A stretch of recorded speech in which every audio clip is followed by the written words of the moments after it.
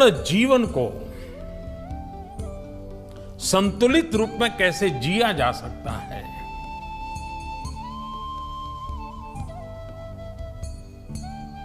तन से, मन से, विचारों से, आचारों से स्वस्थता की अंतर यात्रा कैसे चले, वो अगर अनुभव करना है तो योग के माध्यम से अनुभव हो सकता है। आज विश्व का हर नागरिक जीवन शैली के कारण, कार्य की शैली के कारण, आपाधापी के कारण, बढ़ती हुई जिम्मेवारियों के कारण तनाव से मुक्त जीवन जीना मुश्किल होता जा रहा है। तब हमें हमारी दिनचर्या में, हमारे जीवन में, हमारे कार्यकलाप में उन चीजों को लाना बहुत आवश्यक है जो हमें तनाव भरी अवस्था में भी तनाव से मुक्त रहने का रास्ता दिखाएं, ताकत दें। और वो संभव है योग के नित्य अभ्यास से। मैं सभी योग प्रेमियों से आग्रह करूंगा कि हर वर्ष हम संकल्प करें कितने नए योग अभ्यासियों को हम साल भर में जोड़ेंगे। योग को एक आंदोलन बनाने में हम स्वयं क्या भूमिका निभाएंगे।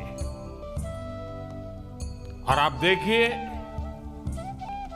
दुनिया की सुख शांति में हम योग के द्वारा अहम योगदान दे सकते हैं। मैं आपको निमंत्रित करता हूं, सिर्फ अंतर्राष्ट्रीय योगा दिवस नहीं, लेकिन योग जन चेतना जगाने के लिए, जन मन को स्वस्थ बनाने के लिए एक आंदोलन बने और आप उस आंदोलन के योगी बने। यही मेरी आप सबको बहुत बहुत शुभकामनाएं हैं। योग भारत की सांस्कृतिक विरासत है। आज योग पूरे विश्व में फैल रहा है और इसके विस्तार के पीछे अनेक योग गुरुओं का योगदान रहा है। योग के द्वारा पूरे विश्व में लोग आरोग्यवर्धक और रोग निदान का लाभ उठा रहे हैं। विश्व योग दिवस के सफल आयोजन हेतु मेरी शुभकामनाएं।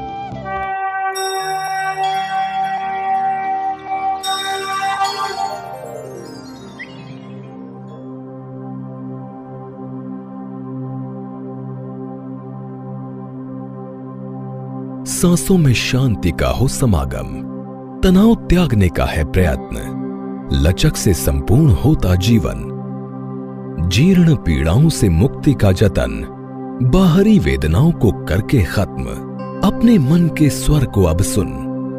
ये है स्वस्थ तन, मन और आध्यात्म का संकल्प। योग को जीवन का हिस्सा बनाएं, जीवन शैली में जीवन को अपनाएं। भारत के माननीय प्रधानमंत्री श्री नरेंद्र मोदी जी ने 27 सितंबर 2014 को संयुक्त राष्ट्र महासभा के 69वें सत्र को संबोधित करते हुए विश्व समुदाय से अपने इन्हीं शब्दों के साथ अंतर्राष्ट्रीय योग दिवस को मनाने का आह्वान किया था। योग हमारी पुरातन पारंपरिक अमूल्य देन है। योग मन व शरीर, विचार व कर्म, संयम व उपलब्धि की एकात्मता का तथा मानव व प्रकृति के बीच सामंजस्य का मूर्त रूप है। यह स्वास्थ्य व कल्याण का समग्र दृष्टिकोण है। योग केवल व्यायाम भर न होकर अपने आप से तथा विश्व व प्रकृति के साथ तादात्म्य को प्राप्त करने का माध्यम है। यह हमारी जीवन शैली में परिवर्तन लाकर तथा हम में जागरूकता उत्पन्न करके जलवायु परिवर्तन से लड़ने में सहायक हो सकता है। आइए हम एक अंतर्राष्ट्रीय योग दिवस को आरंभ करने की दिशा में कार्य करें। मोदी सरकार के अथक प्रयासों के ही कारण सन 2014 में 21 जून को अंतर्राष्ट्रीय योग दिवस के रूप में मनाने का अनुमोदन किया गया।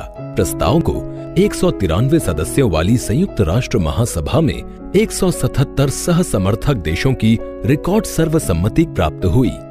अपने प्रस्ताव में संयुक्त राष्ट्र महासभा ने स्वीकार किया कि योग स्वास्थ्य और कल्याण हेतु एक समग्र दृष्टिकोण प्रदान करता है और जीवन के सभी क्षेत्रों में सामंजस्य स्थापित करता है। इसलिए विश्व की आबादी में स्वास्थ्य के लिए योग अभ्यास के लाभों की जानकारी के व्यापक प्रसार की आवश्यकता महसूस की गई। इसके पश्चात भारत में एक समग्र स्वास्थ्य क्रांति के नए युग का शुभारंभ हुआ, जो उपचार से ज्यादा रोकथाम के सिद्धांतों पर आधारित है।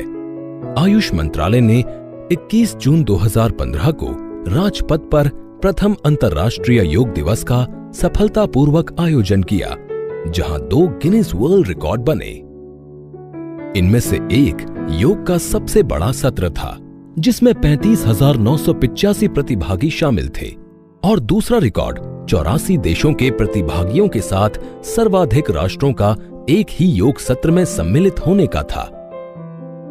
तब से अंतर्राष्ट्रीय योग दिवस समारोह को विश्व भर में ख्याति प्राप्त हुई और नए उत्साही लोग स्वास्थ्य के इस प्राचीन वरदान को साल दर साल अधिक संख्या में अपना रहे हैं।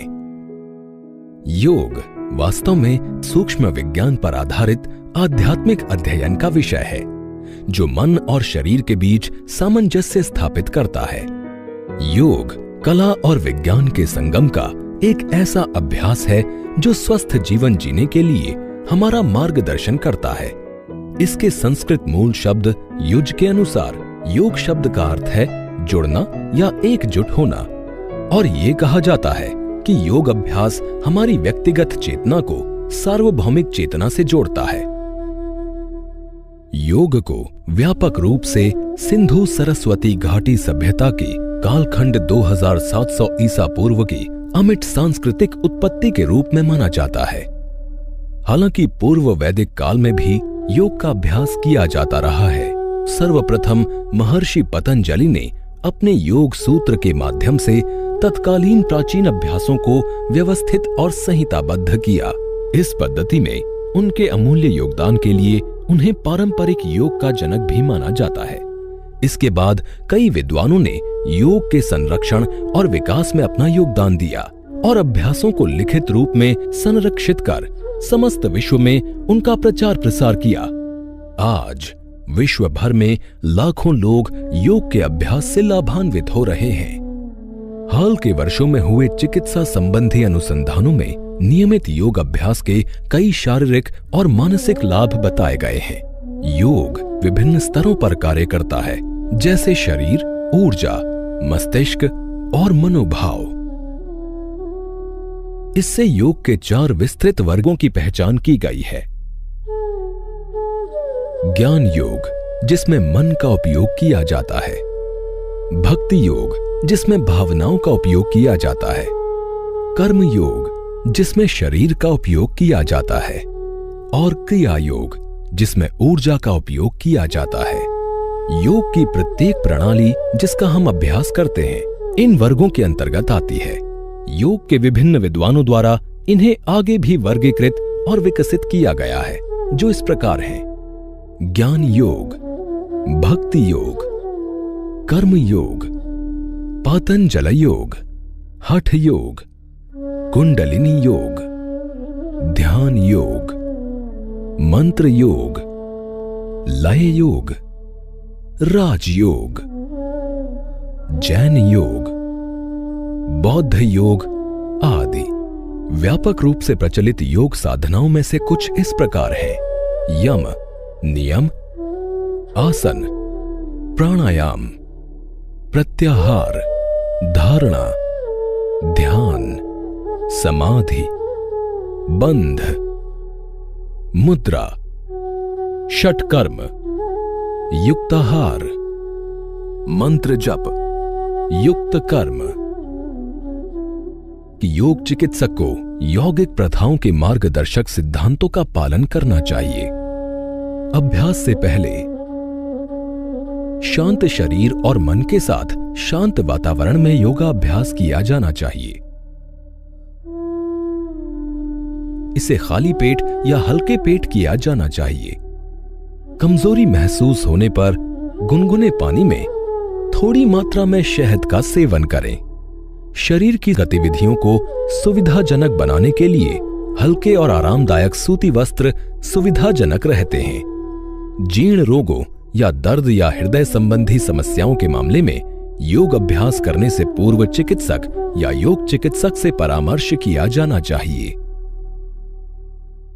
अभ्यास के दौरान अभ्यास सत्र एक प्रार्थना या वंदन के साथ शुरू करना चाहिए, क्योंकि ये मन को शांत करने के लिए अनुकूल वातावरण बनाता है।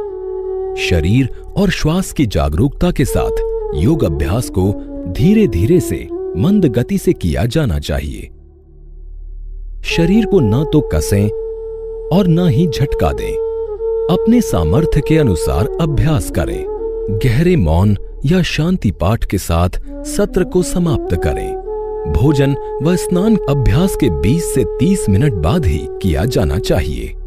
पूरी तरह तैयार होने पर जागरूक भाव से योग की दुनिया में कदम रखें और सदियों पुराने इस ज्ञान का लाभ उठाएं। योग की दुनिया में आपका स्वागत है।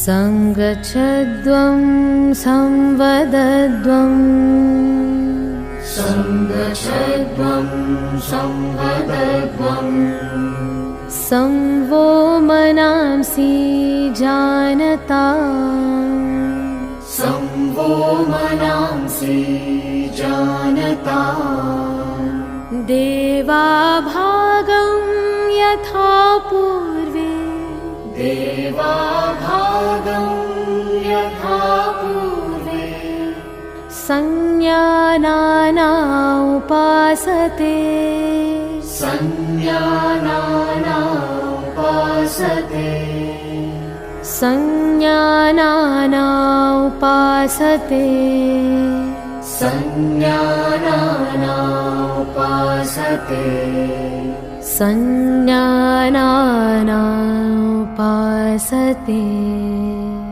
संज्ञानाना उपासते।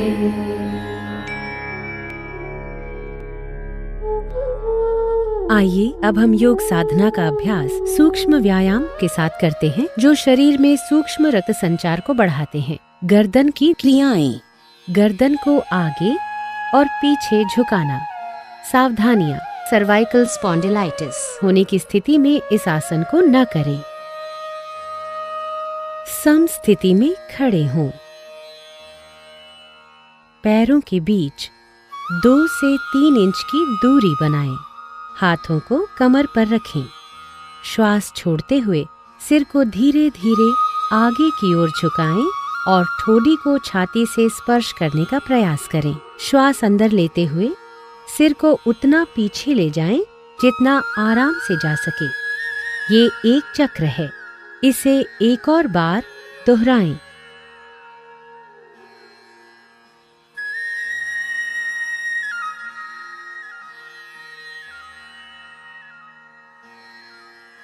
गर्दन को दाईं एवं बाईं ओर झुकाना।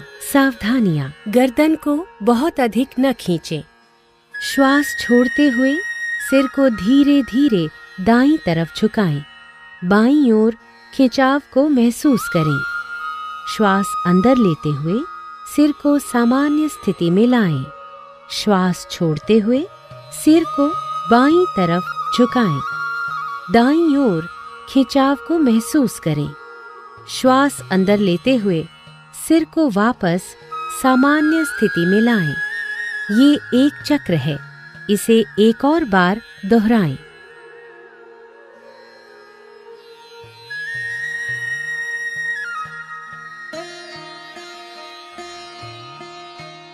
गर्दन दाईं और बाईं ओर घुमाना। सावधानियां, गर्दन को झटका न दें। सिर को सामान्य स्थिति में रखें। श्वास छोड़ते हुए सिर को आराम से दाईं तरफ इतना घुमाएं कि ठोडी कंधे की सीध में आ जाए। श्वास अंदर लेते हुए सिर को वापस सामान्य स्थिति में लाएं। श्वास छोड़ते हुए सिर को बाईं तरफ घुमाएं। दाईं ओर खिंचाव को महसूस करें। श्वास अंदर लेते हुए सिर को वापस सामान्य स्थिति में लाएं।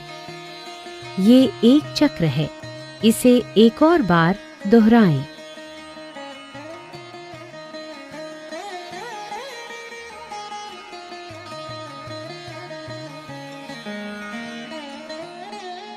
गर्दन को घुमाना। सावधानियां, गर्दन में दर्द और सर्वाइकल स्पॉन्डिलोसिस से पीड़ित लोग इस क्रिया को ध्यानपूर्वक करें। श्वास छोड़ते हुए सिर को आगे की ओर झुकाएं और ठोडी को छाती से स्पर्श करने का प्रयास करें।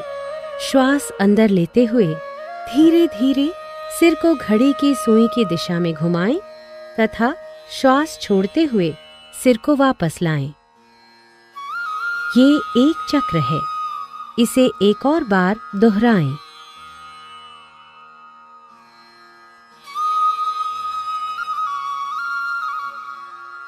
अब सिर को घड़ी की सुई की विपरीत दिशा में घुमाएं। श्वास अंदर लेते हुए सिर को पीछे ले जाएं और श्वास छोड़ते हुए वापस सामान्य स्थिति में आ जाएं। ये एक चक्र है, इसे एक और बार दोहराएं।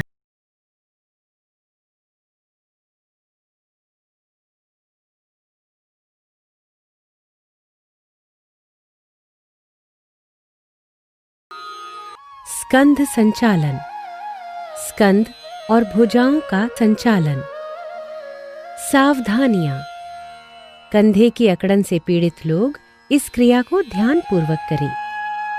सम स्थिति से शुरुआत करें। हाथों की उंगलियां मिली हुई और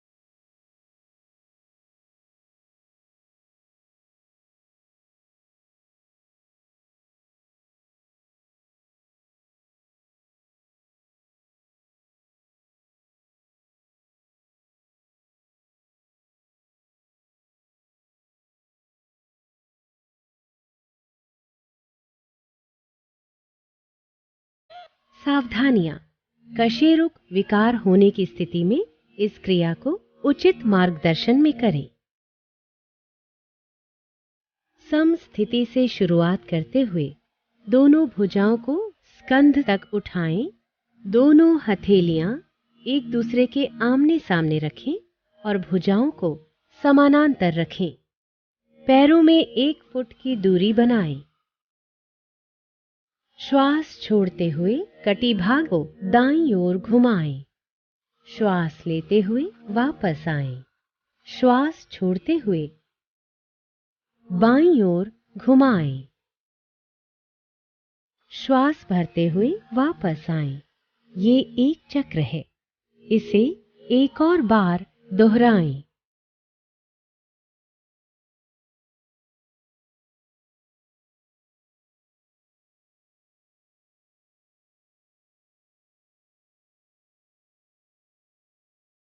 श्वास छोड़ते हुए धीरे धीरे भुजाओं को वापस सामान्य स्थिति में लाएं।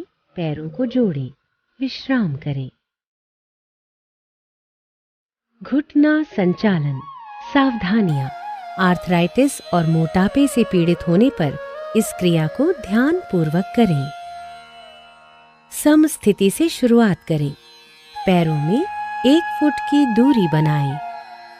श्वास अंदर लेते हुए भुजाओं को कंधे के स्तर तक लाएं तथा हथेलियों को नीचे की ओर रखें। श्वास छोड़ते हुए घुटनों को मोड़ें और अपने शरीर को आधा बैठने की स्थिति में ले आएं। अंतिम स्थिति में दोनों भुजाएं और जांघें जमीन की तरफ समानांतर स्थिति में होनी चाहिए। श्वास लेते हुए वापस आएं। ये एक चक्र है। इसे एक और बार दोहराएं। श्वास छोड़ते हुए धीरे धीरे भुजाओं को वापस लाएं तथा पैरों को जोड़ें। विश्राम करें। आइए अब योग आसन की तरफ बढ़ें। खड़े होकर किए जाने वाले आसन। ताड़ासन। ताड़ का अर्थ है ताड़ का पेड़। सावधानियां। जिन व्यक्तियों को आर्थराइटिस, वेरिकोज वेन्स तथा चक्कर आने की समस्याएं हैं, उन्हें यह आसन नहीं करना चाहिए। सम स्थिति से शुरुआत करते हुए सीधे खड़े हो जाएं। पैरों के बीच परस्पर 2 इंच की दूरी बनाएं। श्वास लें। भुजाओं को ऊपर उठाते हुए आगे की तरफ कंधों की सीध में ले जाएं। उंगलियों को आपस में जकड़ें तथा श्वास छोड़ते हुए हथेलियों को बाहर की तरफ मोड़ें। अब श्वास भरते हुए भुजाओं को सिर के ऊपर ले जाएं। एड़ियों को जमीन से ऊपर उठाएं और पंजों पर संतुलन बनाएं। इस स्थिति में शारीरिक सजगता के साथ 3 से 10 श्वासों तक बने रहें। एड़ियों को नीचे ले आएं। उंगलियों को खोलें। श्वास छोड़ते हुए भुजाओं को नीचे लाएं और सम स्थिति में लौट आएं।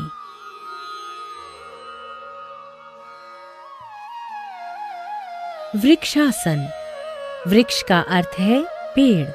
सावधानियां। आर्थराइटिस, चक्कर आना अथवा मोटापे की समस्या से पीड़ित व्यक्ति यह आसन न करें। सम स्थिति से शुरुआत करें। आंखों के सामने किसी बिंदु पर ध्यान केंद्रित करें। श्वास छोड़ते हुए दाएं पैर को मोड़कर उसके पंजे को बाएं पैर की अंदरूनी जांघ पर रखें। ध्यान रखें कि एड़ी मूलाधार क्षेत्र से मिली होनी चाहिए। श्वास लेते हुए दोनों हाथों को ऊपर ले जाएं और हथेलियों को परस्पर नमस्कार मुद्रा में मिलाएं। इस स्थिति में शारीरिक सजगता के साथ 3 से 10 श्वासों तक बने रहें। श्वास छोड़ते हुए हाथों को नीचे लाएं। दाएं पैर को नीचे लाते हुए प्रारंभिक अवस्था में वापस आएं। इस आसन का अभ्यास बाएं पैर से भी करें। श्वास छोड़ते हुए बाएं पैर को उठाएं और मोड़कर उसके पंजे को दाएं पैर की अंदरूनी जांघ पर रखें। एड़ी मूलाधार क्षेत्र से मिली होनी चाहिए। श्वास लेते हुए दोनों हाथों को ऊपर की ओर ले जाएं और हथेलियों को नमस्कार मुद्रा में मिलाएं। इस स्थिति में शारीरिक सजगता के साथ 3 से 10 श्वासों तक बने रहें। श्वास छोड़ते हुए हाथों को नीचे लाएं। बाएं पैर को नीचे लाते हुए प्रारंभिक अवस्था में वापस आएं। पाद हस्तासन। पाद का अर्थ है पैर और हस्त का अर्थ है हाथ। सावधानियां। हृदय, रीढ़ संबंधित समस्याओं और काला मोतिया की दशा में इस अभ्यास को न करें। सम स्थिति से आरंभ करते हुए दोनों पैरों में 2 इंच की दूरी बनाकर खड़े हो जाएं। धीरे धीरे श्वास लेते हुए हाथों को सामने की ओर ऊपर उठाएं। शरीर को कमर से ऊपर की ओर खींचें।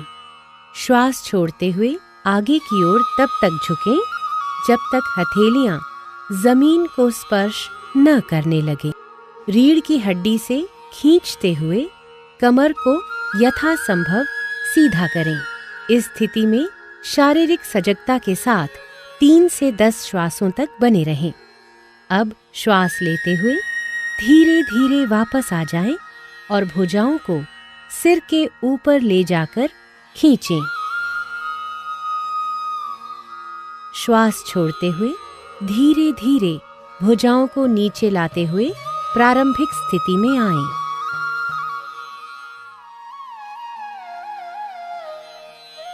अर्ध चक्रासन। अर्ध का अर्थ है आधा तथा चक्र का अर्थ है पहिया। सावधानियां। चक्कर आने तथा हृदय संबंधी समस्याओं में यह आसन न करें। सम स्थिति से आरंभ करते हुए दोनों पैरों में 2 इंच की दूरी बनाकर खड़े हो जाएं। दोनों हाथों की उंगलियों को कमर पर रखकर पीठ को सहारा दें। कोहनियों को परस्पर समानांतर रखें। सिर को पीछे झुकाएं। गर्दन की मांसपेशियों में खिंचाव महसूस करें।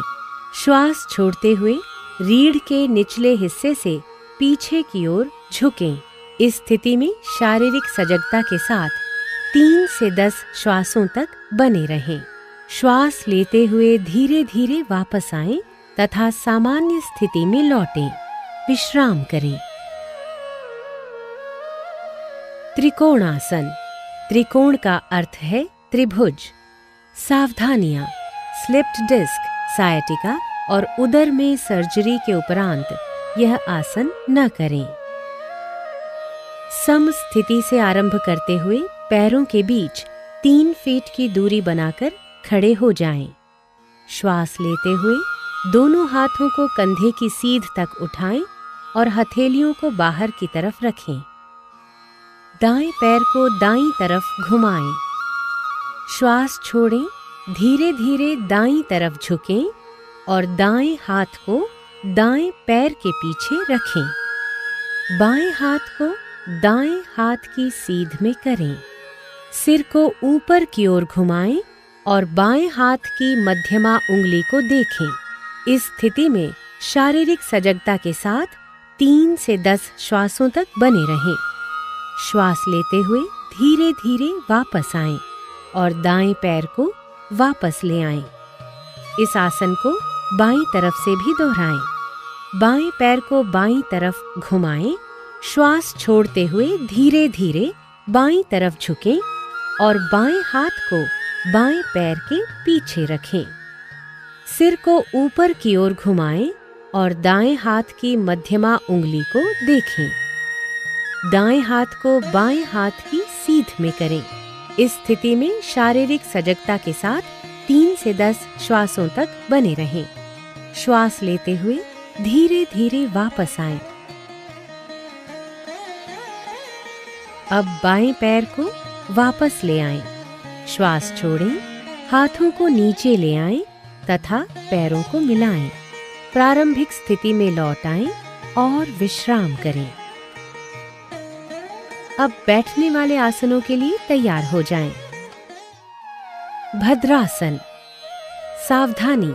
आर्थराइटिस और सायटिका होने पर यह अभ्यास न करें। विश्राम आसन से शुरुआत करें। कमर को हाथों से सहारा दें। दोनों पैरों को आगे की तरफ फैलाकर बैठें। शरीर को पूर्ण विश्राम दें। कमर को सीधा करें और पैरों को सामने की तरफ खींचें। हाथों को नितंब के पास लाते हुए हथेलियों को जमीन पर रखें। अपने पैरों के तलवों को मिलाएं। श्वास छोड़ें तथा हाथों से पंजों को पकड़ें। श्वास लें। एड़ियों को यथासंभव मूलाधार क्षेत्र के पास लाएं। इस स्थिति में शारीरिक सजगता के साथ 3 से 10 श्वासों तक बने रहें। श्वास छोड़ें। हाथों को खोलें तथा पैरों को सामने की तरफ सीधा करें। विश्राम करें। वज्रासन। सावधानियां। घुटने के दर्द तथा एड़ियों की चोट से पीड़ित व्यक्ति इस आसन का अभ्यास न करें। विश्राम आसन से शुरू करें। पीठ सीधी रखें। दोनों पैरों को सामने की तरफ फैलाएं। हाथों को नितंब के पास लाते हुए हथेलियों को जमीन पर रखें। दाएं पैर को घुटने से मोड़ते हुए पंजे को नितंब के नीचे दबाकर बैठ जाएं। इसी प्रकार बाएं पैर को भी मोड़ते हुए नितंब के नीचे रखें। पैरों को इस प्रकार रखें जिससे दोनों पैरों के अंगूठे जुड़े रहें। नितंबों को पंजों और एड़ियों के बीच रखें। हाथों को घुटनों पर रखें। कमर सीधी करें। सामने की ओर ध्यान केंद्रित करें अथवा आंखें बंद रखें। प्रारंभिक स्थिति में लौटते समय दाईं ओर झुकते हुए बाएं पैर को निकालें और उसे सीधा करें। इसी प्रकार अपना दायां पैर सीधा करते हुए सामान्य स्थिति में लौट आएं। अर्ध उष्ट्रासन। उष्ट्र शब्द का अर्थ है ऊंट। सावधानियां। हर्निया, उदर संबंधी व्याधियों, आर्थराइटिस तथा चक्कर आने पर इस आसन को न करें। विश्राम अवस्था से शुरू करें। कमर सीधी और पैरों को आगे की ओर मिलाकर बैठ जाएं। हथेलियों को जमीन पर रखें और उंगलियों को सामने की ओर रखें। दाएं पैर को घुटने से मोड़ते हुए पंजे को दाएं नितंब के नीचे दबाकर बैठ जाएं। इसी प्रकार बाएं पैर को भी मोड़ते हुए बाएं नितंब के नीचे रखें। घुटनों पर खड़े हो जाएं। जांघों को सीधा रखें। हाथों को नितंबों पर रखें। उंगलियां नीचे की ओर हों। कोहनियों को समानांतर रखें। श्वास लें। सिर को पीछे झुकाएं तथा गर्दन में खिंचाव महसूस करें। श्वास छोड़ें और कटिभाग से यथासंभव पीछे की ओर झुकें। इस स्थिति में शारीरिक सजगता के साथ 3 से 10 श्वासों तक बने रहें। श्वास लेते हुए घुटनों के बल बैठ जाएं। पैरों को सामने की तरफ सीधा करें। प्रारंभिक स्थिति में वापस आएं।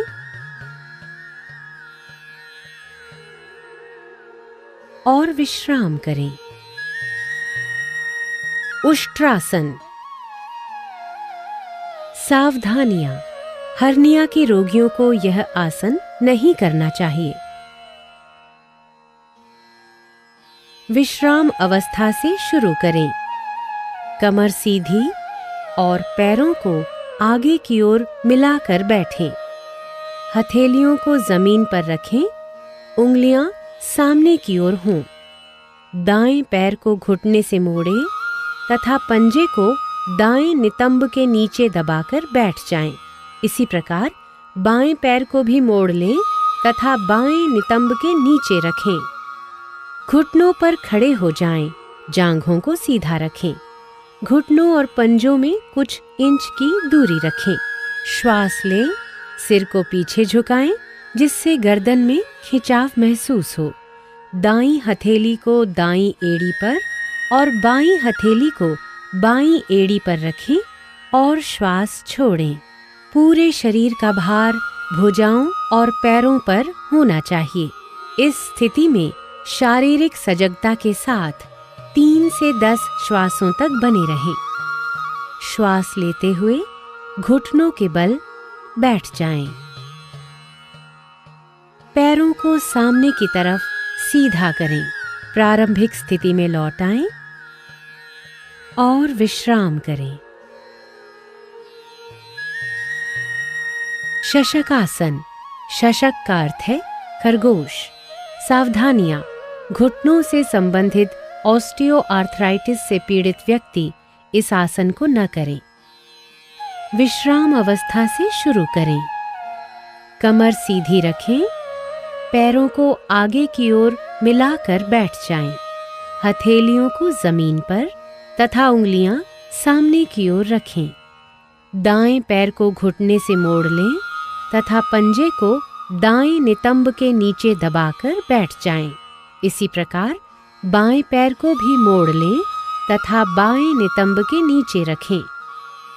दोनों घुटनों को फैलाएं। पैरों के अंगूठे एक दूसरे से मिले हों। हथेलियों को दोनों घुटनों के बीच में रखें। श्वास छोड़ते हुए धड़ से आगे की ओर झुकें और ठोडी को जमीन से स्पर्श करें। भुजाओं को समानांतर रखें।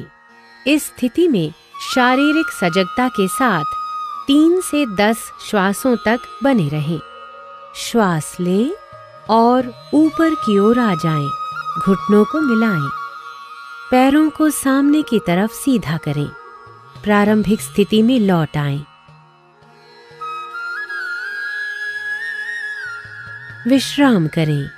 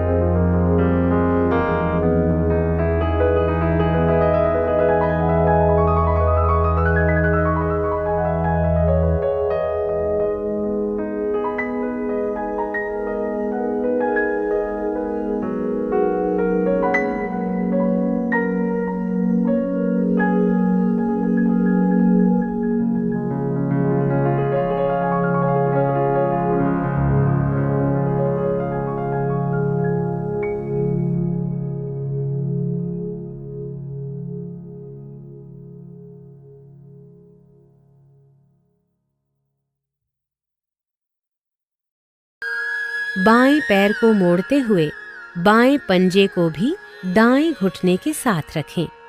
दाएं हाथ को बाएं पैर की ओर से लाते हुए दाईं हथेली को बाएं पैर के साथ रखें। श्वास छोड़ें तथा अपने शरीर और सिर को बाईं ओर घुमाएं। इस स्थिति में 3 से 10 श्वासों तक बने रहें।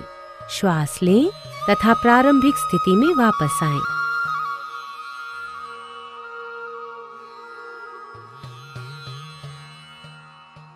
विश्राम करें। आइए अब हम पेट के बल लेटकर किए जाने वाले आसनों की ओर बढ़ें। मकरासन। मकर का अर्थ है मगर या घड़ियाल।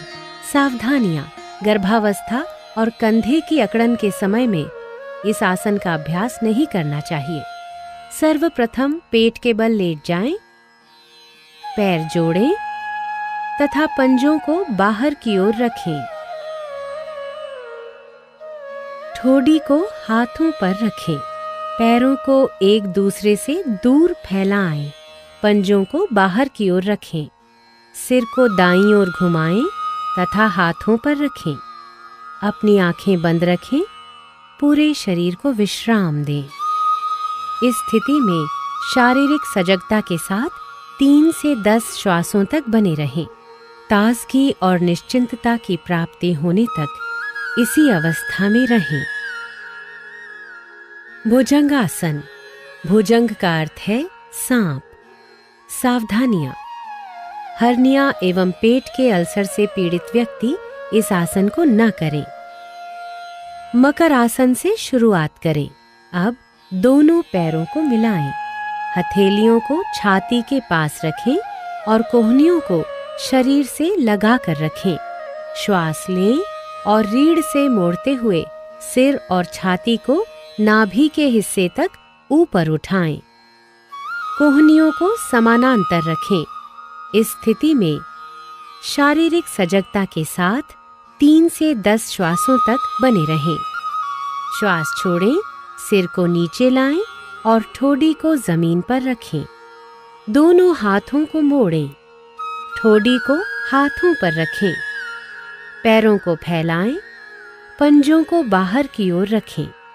सिर को दाईं ओर घुमाएं और हाथों पर रखें। विश्राम करें। शलभासन। शलभ का अर्थ है टिड्डी, जो एक प्रकार का कीड़ा होता है। सावधानियां। पीठ दर्द, पेप्टिक अल्सर, हर्निया और हृदय रोग से पीड़ित व्यक्ति इस आसन को न करें। मकर आसन से शुरुआत करें। अब दोनों पैरों को मिलाएं। दोनों हाथों को शरीर के बगल में रखते हुए हथेलियों को जमीन पर रखें। श्वास लें तथा दोनों पैरों को बिना घुटनों को मोड़े जमीन से ऊपर उठाएं। इस स्थिति में 3 से 10 श्वासों तक बने रहें।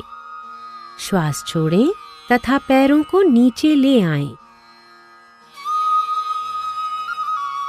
दोनों भुजाओं को मोड़ें।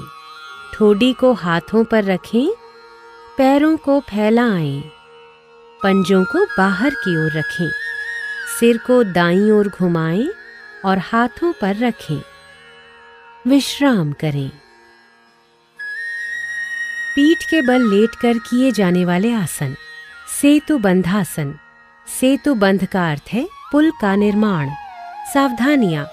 पेट के अल्सर एवं हर्निया से पीड़ित व्यक्तियों को यह आसन नहीं करना चाहिए। पीठ के बल लेट जाएं। दोनों पैरों को घुटनों से मोड़ें तथा एड़ियों को नितंबों के पास ले जाएं। दोनों एड़ियों को सुविधानुसार कसकर पकड़ें और घुटनों एवं पैरों को एक सीध में रखें। श्वास लें। धीरे धीरे नितंबों तथा कमर को यथासंभव ऊपर उठाएं और सेतु जैसी स्थिति में लाएं। इस स्थिति में शारीरिक सजगता के साथ 3 से 10 श्वासों तक बने रहें। श्वास छोड़ें। धीरे धीरे नितंबों को नीचे लाएं। पैरों को सीधा करें। विश्राम करें। उत्तान पादासन। यहाँ उत्तान का अर्थ है ऊपर की ओर उठा हुआ और पाद का अर्थ है पैर। सावधानियां। गहन तनाव से पीड़ित मरीज एक बार में एक पैर का उपयोग करते हुए इस आसन का अभ्यास करें। पीठ के बल आराम से लेट जाएं। हाथों को शरीर के बगल में रखते हुए हथेलियों को जमीन पर रखें। श्वास लें। घुटनों को मोड़े बिना दोनों पैरों को तब तक ऊपर उठाएं जब तक आपको पंजों के सिरे न दिखने लगें। इस स्थिति में शारीरिक सजगता के साथ 3 से 10 श्वासों तक बने रहें। श्वास छोड़ें। धीरे धीरे अपने दोनों पैरों को नीचे लाएं और जमीन पर रखें। विश्राम करें। अर्ध हलासन। अर्ध का अर्थ है आधा और हल का अर्थ है खेत जोतने वाला हल। सावधानियां। उदर संबंधी चोट, हर्निया तथा पीठ दर्द से पीड़ित व्यक्ति इस आसन को न करे। दोनों हाथ जांघों के बगल में रखें, हथेलियां जमीन पर स्थित हों। श्वास लें। घुटनों को मोड़े बिना धीरे धीरे पैरों को ऊपर उठाएं तथा जमीन से 90 डिग्री के कोण की स्थिति में ले आएं।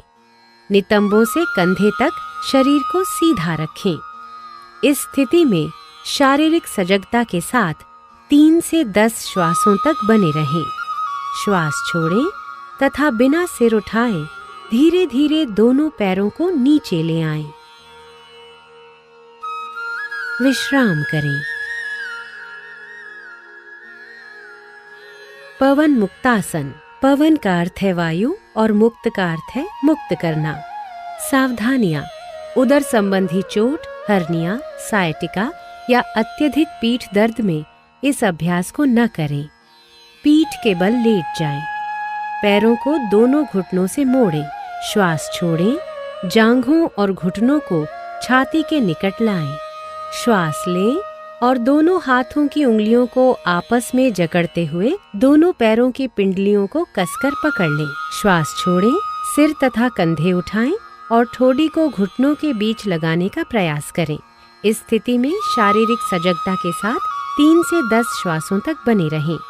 श्वास लेते हुए सिर को जमीन पर लाएं। श्वास छोड़ें और पैरों को जमीन पर वापस ले आएं। पीठ के बल लेटकर विश्राम करें। शवासन। शव का अर्थ है मृतदेह। पीठ के बल आराम से लेट जाएं। पैरों को फैलाएं। भुजाओं को शरीर के बगल में रखें।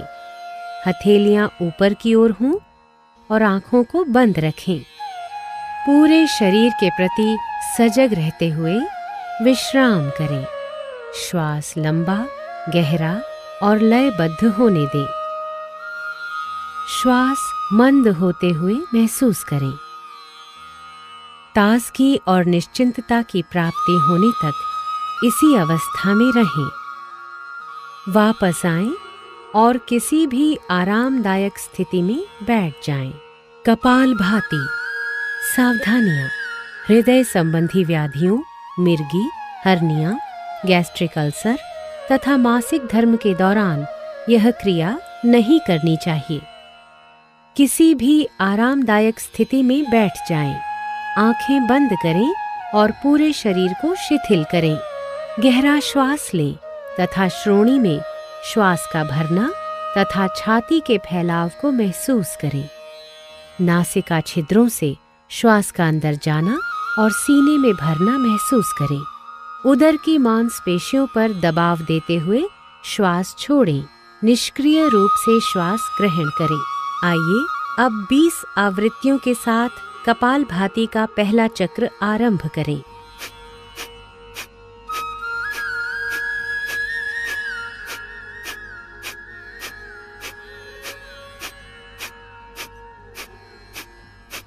लंबा श्वास छोड़ें और विश्राम करें। ये कपालभाति का एक चक्र है।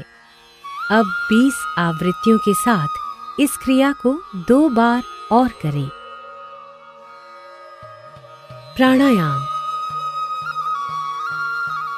नाड़ी शोधन प्राणायाम या अनुलोम विलोम प्राणायाम। किसी भी आरामदायक स्थिति में बैठ जाएं। श्वास गहरा, नियमित तथा नियंत्रित होना चाहिए। मेरुदंड व सिर को सीधा रखें और आंखें बंद कर लें। गहरे श्वास के साथ शरीर और मन को आराम की स्थिति में लाएं। बाईं हथेली को बाएं घुटने पर ज्ञान मुद्रा में रखें। दाएं हाथ को प्राणायाम मुद्रा में रखें। तर्जनी और बीच की उंगली को ऐसे मोड़ें। दाएं अंगूठे से दाएं नासिका छिद्र को बंद करें। अब बाएं नासिका छिद्र से श्वास लें। अपने शरीर में प्राण रूपी श्वास के आवागमन को महसूस करें। फिर बाएं नासिका छिद्र को अनामिका और कनिष्ठिका से बंद कर लें और दाहिने नासिका छिद्र से श्वास छोड़ें। अब दाहिने नासिका छिद्र से ही श्वास लें। अंगूठे से दाहिने नासिका छिद्र को बंद करें और बाएं नासिका छिद्र से श्वास छोड़ें। ये नाड़ी शोधन प्राणायाम का एक चक्र है। 4 चक्र और पूरे करें।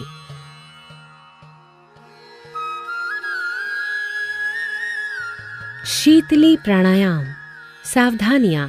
कफ, सर्दी अथवा टॉन्सिलाइटिस के रोगियों को ये प्राणायाम नहीं करना चाहिए। किसी भी आरामदायक स्थिति में बैठ जाएं। अपने हाथों को घुटनों पर ज्ञान मुद्रा में रख लें। आंखें बंद कर लें। जिह्वा को किनारों से मोड़कर ट्यूब नुमा आकृति बना लें। जिह्वा से श्वास लेते हुए यथासंभव वायु को फेफड़ों में भरें। जिह्वा को मुख के अंदर ले जाएं और मुख को बंद कर लें। दोनों नासिका छिद्रों से धीरे धीरे श्वास बाहर छोड़ें और अपना ध्यान